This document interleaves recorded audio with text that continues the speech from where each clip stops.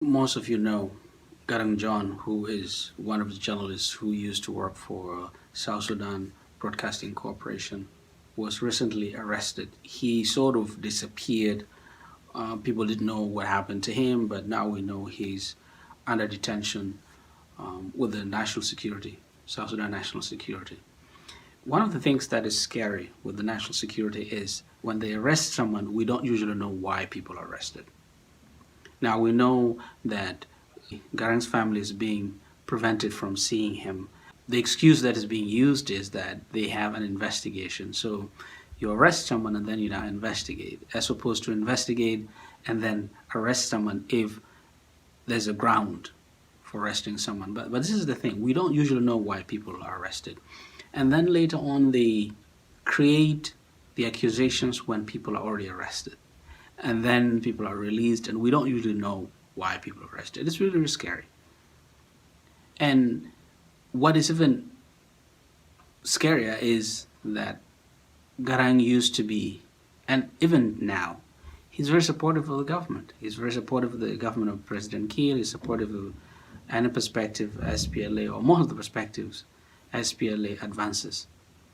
So the fact that he's arrested when he's someone who supports the government in almost every case, it's scary. So just think about what would happen to people who don't support the president or who don't support the government.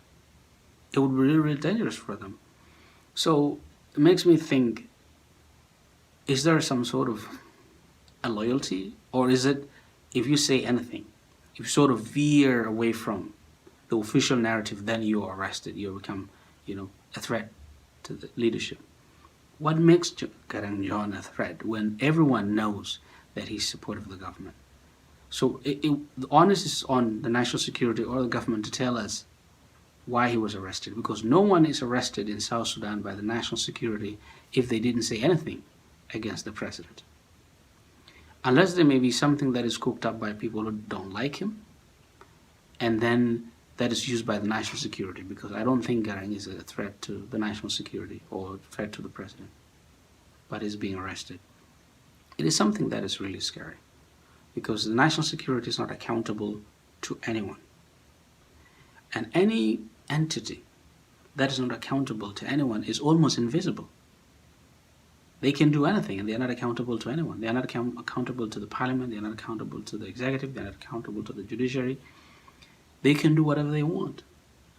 And that is really scary. How can you develop a country like that? When people are expected to think alike, that everyone has to praise the president. It's unnatural. So this only happens in dictatorship because a dictator has reason to advance that, because different opinions inform people and people can rebel against the president or the government. But this is something that scares me. So we need to know why Garang was arrested. We need to know what are the accusations so that people can know. At least they owe us that.